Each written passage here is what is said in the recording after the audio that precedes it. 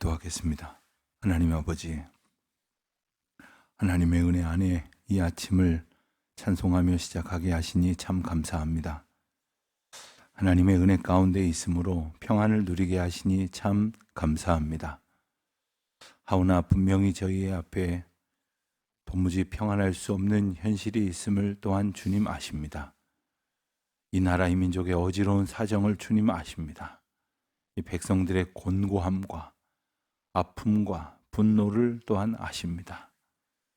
이 세상에 정의가 사라지고 사람들의 생각이 의가 되고, 그리고 그 요란함이 마침내 모든 것을 덮어버릴 것 같은 그러한 시대 속에 살아가고 있습니다마는, 하나님의 은혜 가운데 살아가고 있음을 잊지 아니하는 저희들 되게 하여 주시옵시고, 저희를 둘러싼 삶의 형편이 어떠하든지 그것을 그저 단순히 잠깐 망각하는 것으로 평안을 누리는 것이 아니라 그 모든 상황에도 불구하고 주님 주시는 평강으로 승리하게 하여 주시기를 기도드립니다. 하나님, 이 세상을 살아가면서 저희들이 하나님과 함께하는 큰 기쁨을 날마다 누리게 하여 주시옵소서. 정녕 큰 기쁨으로 살아갈 때에 작은 어려움이 아무것도 아니듯이 하나님께서 주시는 평강의 은혜로 살아가는 가운데에 이 세상에서 저희를 괴롭히고 또 유혹하고 공격하는 그 모든 것들 넉넉히 이겨내게 하여 주시기를 기도드립니다.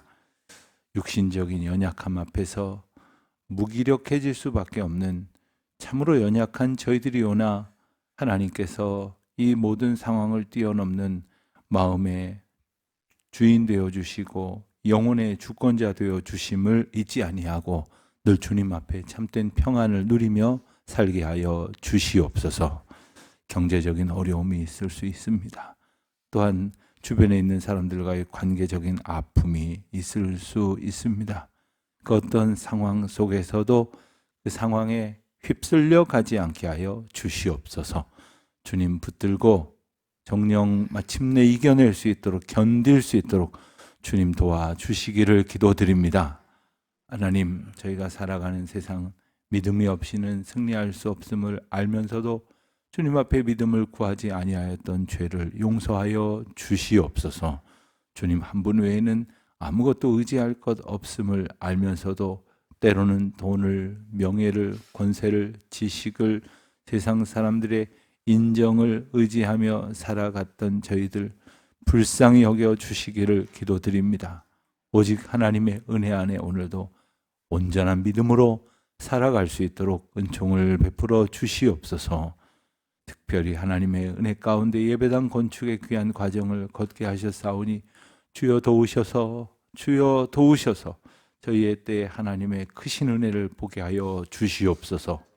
추운 겨울 공사의 여러 가지 현장 속에 있는 사정들 주님 주장하여 주시기를 원하오며, 그곳에서 일하는 모든 분들, 주님의 이름도 알지 못하고 예배당이 어떤 곳인지도 알지 못하는 이들이 있다면 하나님의 집이 세워져 가는 그 거룩한 역사를 보면서 주님을 만나게 하시고 주님의 은혜 가운데 있음을 깊이 깨닫는 귀한 시간 되게 하여 주시옵소서. 이 바쁘고 분주한 연말연시로 이제 저희들 지나게 되는데, 하나님 이 분주함 속에서 정녕 하나님과 동행하는 기쁨이 충만케 하여 주시옵시고 은혜 안에 거하는 감격으로 새롭게 하여 주시옵소서. 주님, 이 날이 새롭게 되어지는 은혜로 가득한 날 되어지기를 원하오며 이 모든 말씀 우리 주 예수 그리스도의 이름으로 기도드립니다. 아멘. 요한계시록 오늘은 17장 말씀을 1절부터 18절까지 보겠습니다. 요한계시록 17장 1절부터 18절까지 말씀을 함께 봉독하도록 하겠습니다. 또 일곱 대접을 가진 일곱 천사 중 하나가 와서 내게 말하여 이르되, 이리로 오라. 많은 물 위에 앉은 큰 음녀가 받을 심판을 내게 보이리라. 땅의 임금들도 그와 더불어 음행하였고 땅에 사는 자들도 그 음행의 포도주에 취하였다 하고 곧 성령으로 나를 데리고 광야로 가리라. 내가 보니 여자가 붉은빛 짐승을 탔는데 그 짐승의 몸에 하나님을 모독하는 이름들이 가득하고 7머리와 10뿔이 있으며 그 여자는 자줏빛과 붉은빛 옷을 입고 금과 보석과 진주로 꾸미고 손에 금잔을 가졌는데 가증한 물건과 그의 음행한 더러운 것들이 가득하더라. 그의 이마에 이름이 기록되었으니 비밀이라 금 바벨론이라 땅의 음녀들과 가증한 것들의 어미라 하였더라. 또 내가 보매 이 여자가 성도들의 피와 예수의 증인들의 피에 취한지라. 내가 그 여자를 보고 놀랍게 여기고 크게 놀랍게 여기니 천사가 이르되 왜 놀랍게 여기느냐. 내가 여자와 그가 탄 7머리와 10뿔 가진 짐승의 비밀을 내게 이르리라.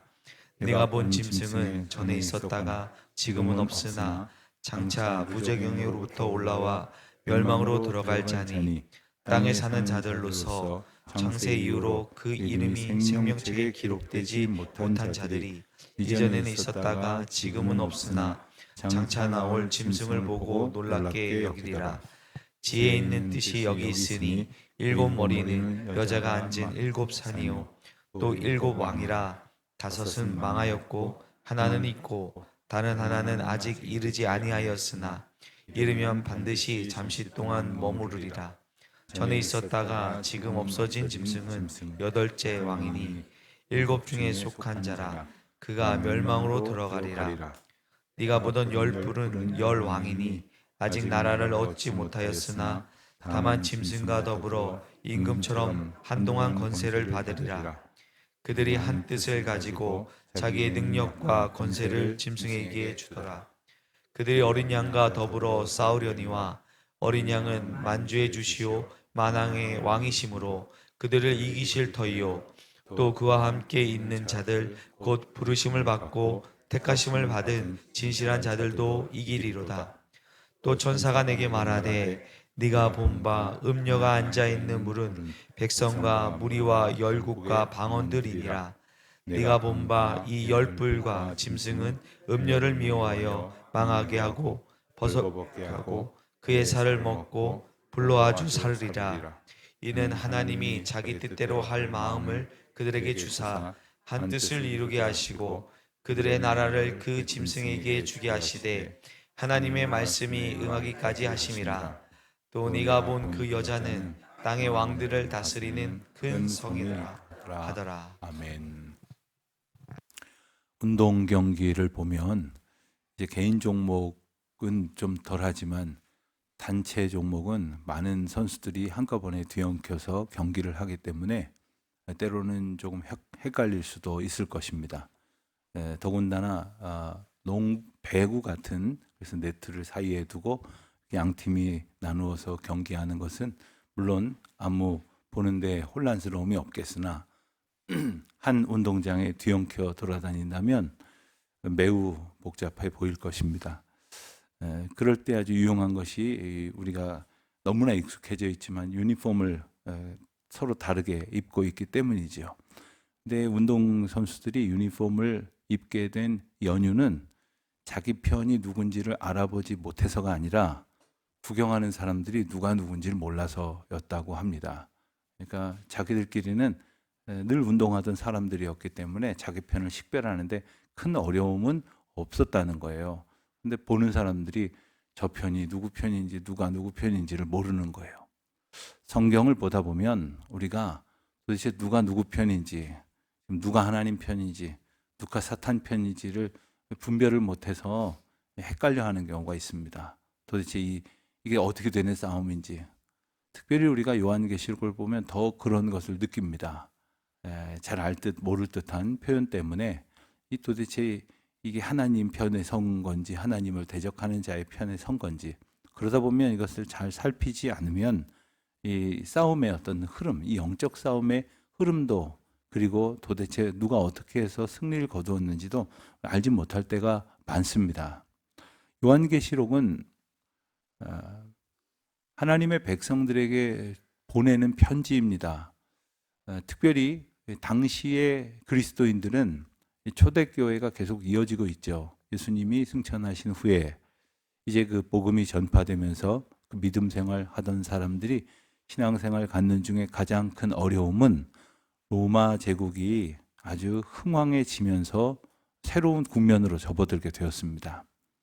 로마 제국은 역사상 가장 강력한 통치권을 가진 로마 황제를 중심으로 해서 그 통치가 이루어졌는데, 로마 황제는 어느 정도였냐 하면 그 면적으로 보나 혹은 시기로 보나 그 지속된 기간으로 이렇게 보는 것보다도 비교할 수 없을 만큼 두드러진 것이 뭐냐면 강력한 황제의 권한이었습니다. 심지어 그들이 다스리는 모든 영역에서 로마 황제는 신처럼 받들어졌습니다. 근데 로마 황제가 신인데 다른 신을 섬기는 자들이 그 통치 아래에 있다? 용납을 안 하는 거죠. 그러니까 얼마나 모진 핍박이 가해졌겠습니까? 예수 믿는 사람들이 받았던 핍박은 바로 로마 황제를 따를 것이냐, 그렇지 않고 죽을 것이냐 하는 그 기로에 서 있었던 겁니다. 짐승의 표가 666인데 이것을 받지 못하면 물건을 사지도 팔지도 못한다는 표현이 바로 이 대표적인 것입니다. 로마 황제를 섬기는 그 짐승, 그 사탄의 영향권 안에 살지 아니하는 자들은 그들 안에서 누리는 어떤 경제적 시민으로서의 그러한 영향을 누릴 수 없고, 그리고 그 혜택을 볼 수 없다고 하는 것으로부터 그들을 향한 압박이 시작이 되는 겁니다. 그리고 마침내 그들에게 다가온 온갖 공격 그리고 유혹이 결국에 어떻게 되는 것이냐가 바로 요한계시록의 내용입니다. 그래서 믿음으로 어린 양 예수 그리스도를 의지하고 하나님 나라를 바라보는 믿음으로 견뎌내면 승리할 것이라는 거죠. 그런데 여러분, 아무것도 없이 어떻게 견딜 수 있겠습니까? 아무것도 의지할 것 없이 어떻게 견딜 수가 있겠습니까? 아주 오래전 한 가난한 부부를 본 적이 있습니다. 제가 아주 어렸을 때인데 저희 아버님 목회하시던 교회에 출석하시는 분인데 너무나 가난해서 결혼하자마자 이튿날, 그때 그런 분들 많았죠. 사우디로 이제 일하러 갔습니다. 그 부인이 늘 새벽기도 나와서 기도하는데 나중에 목사님과 또 권사님들이 신방 가서 보니까 그 집에 정말 아무것도 없더래요. 아무것도 없고 사진 한 장이 딱 걸려 있대요. 결혼 사진 하나 걸려 있고 실반지 하나가 딱 끼워져 있는데, 이것 보고 그냥 남편 그리워하면서 기도하면서 응원하면서 중보하면서 그렇게 지내더라는 거예요. 사실 그러면서 하는 말이, 이것마저 없었으면 제가 뭘 보고 이렇게 의지하겠습니까 하는 이야기를 전해 들은 적이 있습니다. 여러분, 우리가 세상을 살아가면서 믿음으로 살아가지만 사실 세상을 보면요, 보고 의지할 게 없어요. 우리가 알지 않습니까? 요즘 우리가 느끼지 않습니까? 세상의 그 어떤 권세와 능력이 우리가 의지할 대상이 아니라는 것을 뼈저리게 보여주는 우리 시대를 살아가고 있습니다. 우리가 돈이 많아도 그 돈이 얼마나 우리를 근심하게 합니까? 또 자식이 우리에게 기쁨이지만 또 자식에게 욕망을 걸면 얼마나 우리가 또 매몰됩니까? 우리가 명예와 지식이 얼마나 이 세상을 살아가면서 필요합니까마는 그것에 갇혀버리면 그것에 종노릇할 수밖에 없는 거죠. 요한계시록은 그렇게 세상의 많은 것들이 견디어내는 믿음을 가진 사람이 어떻게 승리하는 자를 보여주는 그러한 과정이고, 특별히 오늘 우리가 읽을 17장과 내일 읽을 18장은 우리를 그토록 공격해오던 그 세상의 권세가 심판을 받는 내용을 담고 있습니다. 세상이 어떤 심판을 받고 왜 심판을 받는지를 우리가 볼 수 있는 거죠. 1절 말씀을 보면 7 대접을 가진 7 천사 중 하나가 와서 내게 말하여 이르되 하면서 그 심판을 선포합니다. 많은 물 위에 앉은 큰 음녀가 받을 심판을 내게 보이리라. 많은 물 위에 앉은 큰 음녀, 바로 이 세상에 마치 주권을 쥐고서 모든 하나님 의지하는 사람들을 유혹하고 공격하는 그러한 세상을 묘사하는 것입니다. 이 묘사 가운데 음녀로 묘사하는 것은 어린 양 예수 그리스도의 후손이며 성도와 교회를 묘사하는 그 여자라는 표현과 이제 대조를 이루는 것이죠. 이 음녀가 심판을 받는 것은 곧 세상이 심판을 받는 것이요 바벨론이 심판을 받는 것임을 우리가 이제 5절 말씀에도 보고 계속해서 이제 묘사가 됩니다. 그런데 이 바벨론이 심판을 받는 이유가 몇 가지로 이렇게 소개가 되는데 2절을 보면 땅의 임금들도 그와 더불어 음행하였고 또 땅에 사는 자들도 음행의 포도주에 취하였다. 음행, 즉 하나님 앞에 정결하고 신실하게 살지 않았던 모든 인간의 태도를 총괄하여 말하는 것입니다. 특별히 육체적인 음란으로부터 시작해서 그것이 몰고 오는 모든 총체적인 타락을 이제 포함한다고 하겠습니다. 여러분, 육체적으로 음행하는 사람이 영적으로 신실하게 살 수가 있겠습니까? 그렇게 가능하겠습니까? 우리가 이제 한쪽으로 죄를 지어도 그 죄 때문에 다른 쪽 삶이 영향을 받죠. 이 양심이 있는 존재라면 당연히 그렇죠. 그런데 하나님 앞에서 하나님이 금하고 또 하나님께서 책망하시는 그러한 죄를 지으면서 과연 어떻게 하나님 앞에 온전히 살 수가 있었겠습니까? 음행하게 하는 이 죄, 음행하게 하는 이 세태, 그것이 심판의 첫 번째 이유였다고 한다면 두 번째 이유는 4절에 나오는 대로 그 여자는 자줏빛과 붉은빛 옷을 입었고 금과 보석과 진주로 꾸미고 심판받을 또 하나의 이유가 있다면 그것은 바로 사치와 타락입니다. 우리가 이 세상을 살면서 뭔가를 필요로 합니다. 갖고 싶어 합니다. 갖기를 원하고 있으면 하고 하나님 앞에 구합니다마는 가만히 보면 그 선을 넘어서는 것이 있습니다. 그래서 있는 줄로 감사하지 못하고 자기 욕망과 만족을 위해서 더 바라고 결국 그것이 사치와 방종과 타락으로 이어지는 것. 그것은 하나님께 감사하지 못합니다. 사치하는 동안에 감사하는 사람 없어요. 사치하면서는 또 갖고 싶은데 빨간색도 나왔다는데 파란색도 나왔다는데 하면서 더 갖고 싶어하는 욕망에 사로잡히게 되죠. 세 번째로 바벨론이 받을 심판의 이유가 있다면 바로 6절 말씀에 보는 것처럼 성도들을 핍박하고 피 흘리게 한 죄가 있다는 겁니다. 결국 어떻게 심판에 이르게 되느냐? 7절 말씀을 보면 내가 여자와 그 같은 7머리와 10뿔 가진 짐승의 비밀을 내게 이르리라. 7머리와 10뿔 가진 짐승, 그것은 세상을 다스리는 어떤 그 영적 세력을 아주 그냥 단순하게 묘사를 하는 것인데, 특별히 8절 이하의 말씀에서는 7머리를 가진 짐승이 어떤 특징을 가지고 있느냐, 한마디로 말하면 이 나타났다 사라졌다 하는 그러한 특별한 모습이 반복된다, 이런 표현을 우리가 먼저 찾을 수 있습니다. 나타났다 사라졌다 이러면 어떻습니까? 여러분, 이 몸이 계속 아프면 어떻게 되죠? 바로 병원 가죠. 그런데 아팠다가 괜찮았다, 아팠다가 괜찮았다 그러면 어떡합니까? 그냥 삽니다. 그러니까 잘못하면 병을 키울 수가 있어요. 이게 좀 아프고 불편하다고 생각이 들 때 빨리 가서 이제 고칠 생각을 하게 되는 게 뭐냐면, 우리를 굉장히 힘들게 했다가 좀 이렇게 살만하게 뒀다가 또 힘들게 했다 살만하게 뒀다. 그러니까 하나님 의지하려고 하다가 또 지멋대로 살다가 하나님 의지하려고 하다가 또 내 힘 의지하여 살다가 이제 이렇게 되는 거죠. 사탄이 이렇게 하는 거 참 교활한 겁니다. 우리의 특성을 잘 아는 거예요. 우리가 조금만 살만하면 그냥 멋대로 살려고 하는 그런 아주 악하고 패역한 습성이 있다는 것을 사탄이 너무나 잘 아는 거죠. 12절 13절의 말씀을 보면 10뿔 가진 짐승의 비밀을 또한 묘사를 하기를 한동안 권세를 받는다 했습니다. 그들이 한 뜻을 가지고 자기 능력과 권세를 짐승에게 주었다. 그러니까 이제 사탄은 짐승에게, 즉 사탄은 사탄의 어떤 의도대로 역할을 함으로써 성도와 하나님의 백성들을 괴롭히고 유혹할 일을 할 도구가 되는 짐승에게 권세를 준다고 했어요. 근데 이게 한동안 준다는 거죠. 한동안. 그 얘기는 뭡니까? 우리에게 닥쳐오는 그 유혹과 시련이 끝없이 계속될 일이 아니라는 거예요. 근데 우리는 끝없이 계속될 것만 같은 생각을 가지고 절망해 버립니다.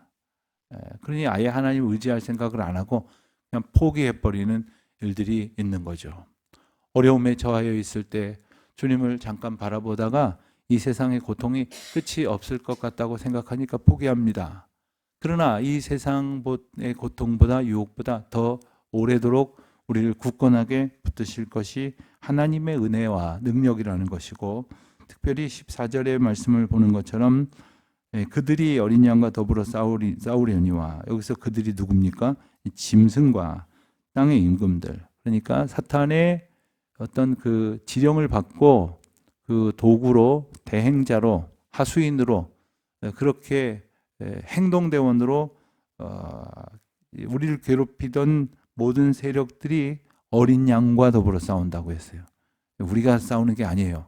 우리는 어린 양을 의지할 뿐이에요.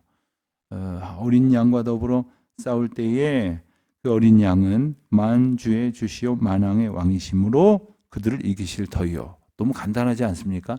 사실 어린 양이면 어떻게 이길 수 있겠어요? 어린 양 정말 얼마나 연약합니까?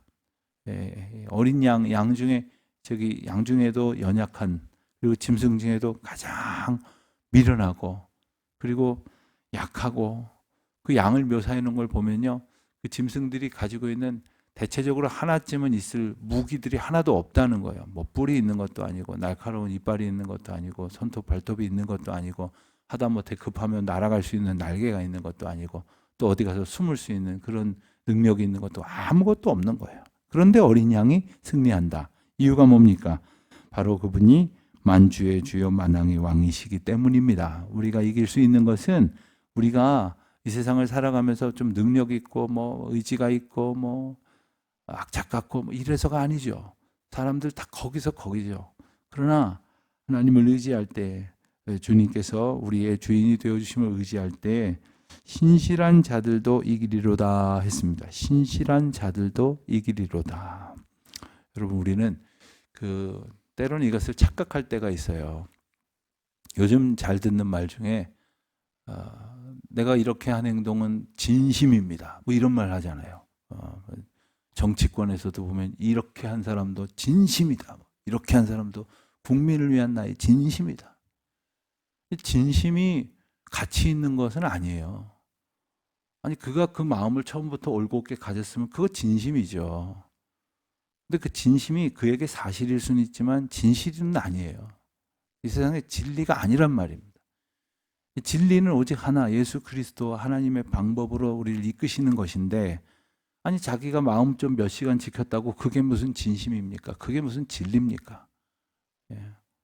막 남들이 하도 마음이 조변스럽게 바뀌니까 그건 조금 그나마 가치 있어 보일진 몰라도, 그러니까 우리가 이렇게도 저렇게도 변하는 나의 마음부터, 그리고 세상 사람들이 모든 생각과 마음 이런 것들을 더 이상 의지할 게 아니라, 그건 이러다가도 저러다가도 금방 변덕스러운 것이지만 영원히 변치 아니하시는 어린 양 예수 그리스도의 신실하심을 내가 의지할 때, 그분이 결국 그 모든 사단의 유혹과 공격으로부터 우리를 지키시고 그리고 우리를 승리의 길로 인도하신다.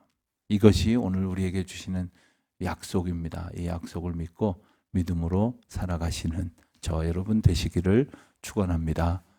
하나님 아버지, 결국 하나님께서 모든 사탄의 세력을 멸하시고 승리하신다는 사실을 다시금 일깨워 주셔서 감사합니다.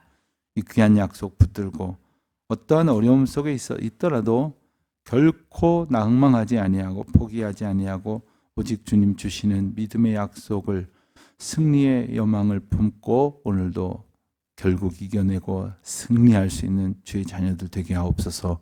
예수님의 이름으로 기도드립니다. 아멘.